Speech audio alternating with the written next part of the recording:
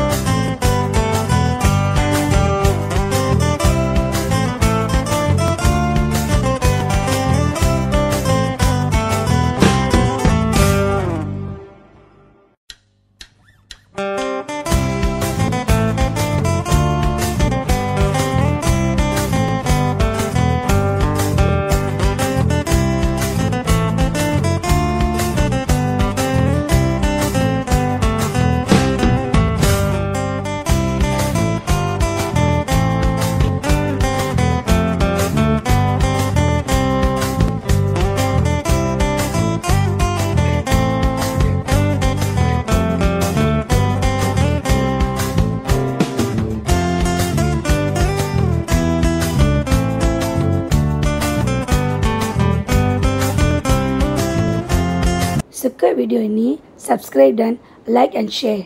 Kita akan jumpa video lain.